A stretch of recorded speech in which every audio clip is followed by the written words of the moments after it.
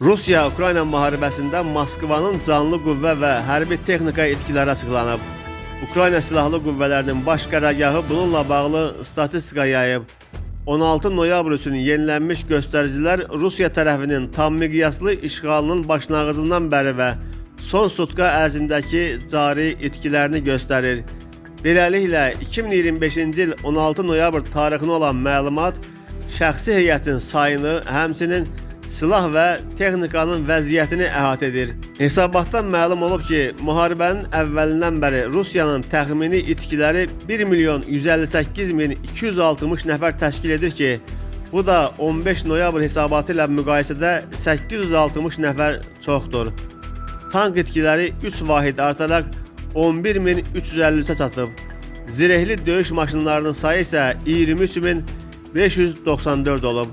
Bundan başqa indiyə kimi Rusiyanın 34.495 artilleriya sistemi, 1545 reaktiv yaylım atəşli sistemi və 1244 hava hücumundan müdafiə vasitəsi məhv edilib. Müharibə dövründə Rusiya tərəfinin 428 təyyarəsi, 347 helikopteri, 81.695 ədəd operativ taktiki səviyyəli pilotsuz uçuş aparatı, 3940 ədəd qanatlı raketi sıradan çıxarılıb.